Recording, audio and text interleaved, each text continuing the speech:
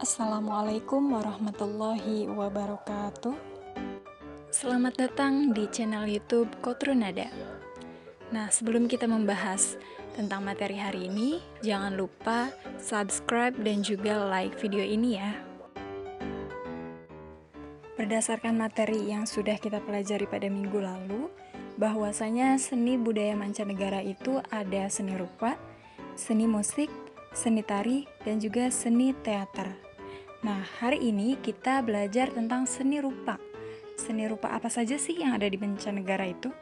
Nah, kemarin sudah kita pelajari juga bahwa seni rupa mancanegara itu ada yang berasal dari Eropa, ada yang berasal dari India, ada yang berasal dari Tiongkok, Cina, ada yang berasal dari Jepang, dan juga ada yang berasal dari Mesir. Kalau seni rupa yang berasal dari Roma, Italia, itu ada Kolosium. Lalu yang kedua dari Jepang, tembikar porselin. Nah, gambarnya seperti ini. Yang ketiga itu dari India, seperti patung, arca, candi. Yang keempat ada The Great Wall dari Cina. Nah, gambarnya tadi sudah kalian saksikan. Dan yang kelima ini dari Mesir atau piramid. Ini gambarnya. Oke, sekarang kita bahas satu persatu tentang seni rupa mancanegara tersebut.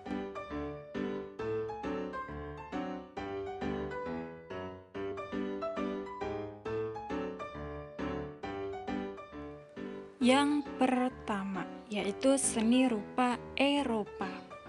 Nah, seni rupa Eropa ini dibawa oleh bangsa Yunani dan Romawi.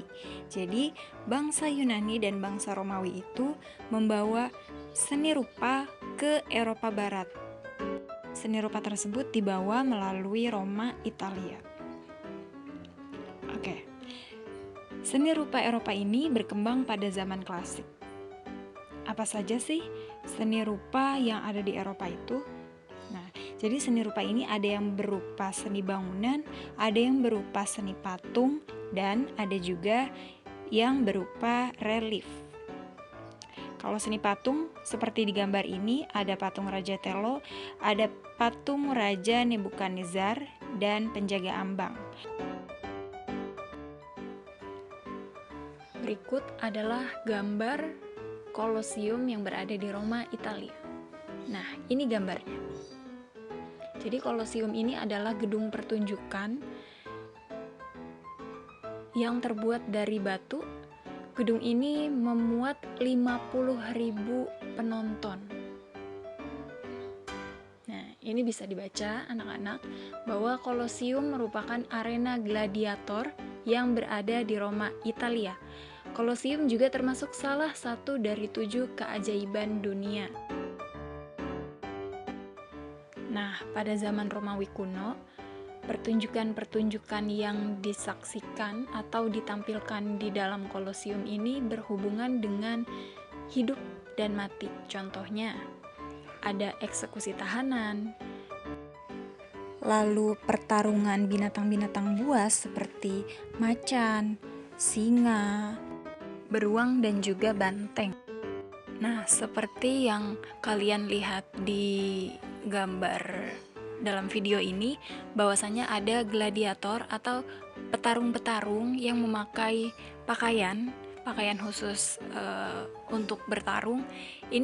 Pakaian ini tuh dipinjamkan oleh Kolosium. Jadi pihak Kolosium meminjamkan pakaian untuk bertarung kepada para gladiator. Penjelasan tadi merupakan penjelasan atau apresiasi seni dengan pendekatan kesejarahan. Sekarang kita ingin mengapresiasi seni rupa mancanegara yang berasal dari Eropa ini dengan pendekatan aplikatif. Oke, bisa dibaca di samping. Pada zaman dahulu, Kolosium berbentuk elips dengan panjang 189 meter, lebar 156 meter, dan menampung 50.000 penonton. Pada saat ini, Kolosium dijadikan sebagai tempat wisata dan tempat konser. Banyak sekali para wisatawan yang tertarik dengan Kolosium ini. Nah, kalau misalkan ada konser mini atau konser kecil, bisa diadakan di dalam kolosium, sedangkan kalau konsernya besar bisa diadakan di luar kolosium. Yang kedua yaitu seni rupa yang berasal dari India. Nah, ada patung, ada arca, ada candi, di mana yang sudah kita pelajari bahwa patung, arca, candi adalah seni rupa yang berkembang pada zaman klasik. Seninya itu tadi ada patung Shiv Mandir, lalu ada Gua Ajanta. Ini gambarnya Gua Ajanta. Nah, ini relief-relief yang ada di dinding-dinding Gua Ajanta itu. Nah, ini ada gambar luar dari Gua Ajanta. Jadi, Gua Ajanta itu sudah dibangun sejak lama, sejak abad ke-2 sebelum Masehi. Nah, Gua Ajanta ini pada tahun 1983 dijadikan oleh UNESCO sebagai salah satu warisan budaya di dunia. Keren kan? Baik, kalian bisa lihat gambar dari Gua Ajanta. Di dalam gua ini terdapat lukisan dan patung yang bernilai tinggi. Jadi lukisan ini berada dekat dengan tempat suci Buddha. Seperti gambar sebelumnya, walaupun bangunannya menyerupai gua, namun bangunan besar ini merupakan candi yang memiliki pilar berukuran besar, yang menyerupai pilar-pilar istana. Nah, gua ini merupakan simbol dan kesaksian sejarah agama Buddha. Jadi kenapa Gua Ajanta ini seperti rumbai-rumbai? Karena Gua Ajanta ini pernah ditinggalkan selama 1300 tahun lamanya. Seni rupa yang ketiga yaitu seni rupa yang berasal dari Jepang. Ada tembikar dan porselin. Gambarnya bisa kalian lihat di depan. Pada tahun 1616, Jepang pertama kali memproduksi porselin. Porselin ini bernama Arita. Jadi dia punya istilah lain ya. Dulu pertama kali warnanya itu hanya warna biru indigo di atas warna putih. Tapi seiring berkembangnya zaman ada warna dasar merah. Lalu Arita ini dikirim ke Eropa dan dikenal dengan nama Imari. Selanjutnya yaitu seni rupa yang berasal dari Cina. Nah, ini dia, The Great Wall atau tembok besar Cina. Sama dengan Kolosium, The Great Wall ini dijadikan sebagai salah satu warisan budaya di dunia. Dia masuk ke salah satu keajaiban dunia oleh UNESCO. Nah, berdasarkan sejarah, The Great Wall ini atau tembok besar Cina ini dibangun sebagai benteng pertahanan. Selanjutnya yaitu piramid yang berada di Mesir. Piramid dibangun pada abad ke-4 sebelum Masehi. Nah, piramid ini memiliki kemiringan yang sangat curam, memiliki 3 ruang utama. Yang pertama ruang bawah tanah berisi makam-makam, yang kedua ruang ratu, dan yang ketiga ruang raja.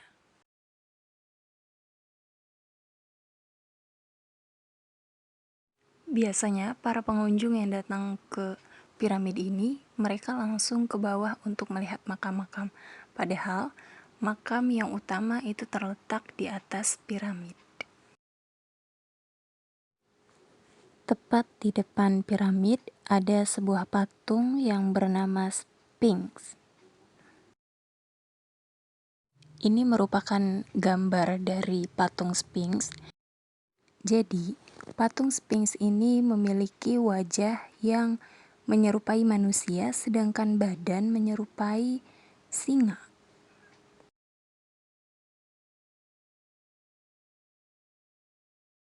Menurut penafsiran Mesir kuno, mengapa patung Sphinx ini digambarkan sebagai dua wujud yang berbeda?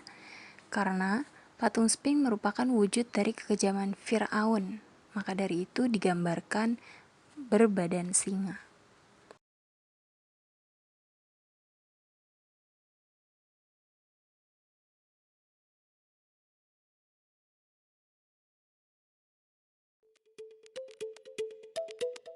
Untuk mengisi nilai praktik, maka saya akan mengadakan ulangan harian. Yang harus kalian lakukan, yang pertama siapkan kertas origami, pilih warna yang cerah. Yang kedua, gunting origami tersebut dengan bentuk love dan catat jawaban pada pertanyaan saya di origami tersebut.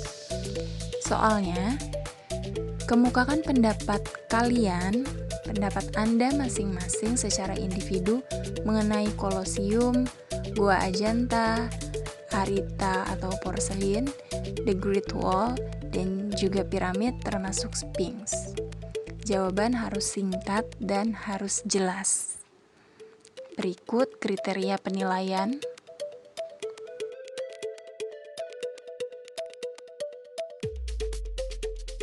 Jika sudah selesai, maka jangan lupa diberi nama pada origami tersebut, lalu dikirim ke ketua kelas.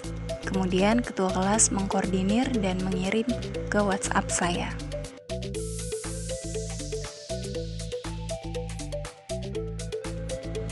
Tugas dikumpulkan selambat-lambatnya pada tanggal 5 April 2020. Jika melewati batas yang sudah ditentukan, maka siswa tidak akan mendapatkan nilai ulangan harian.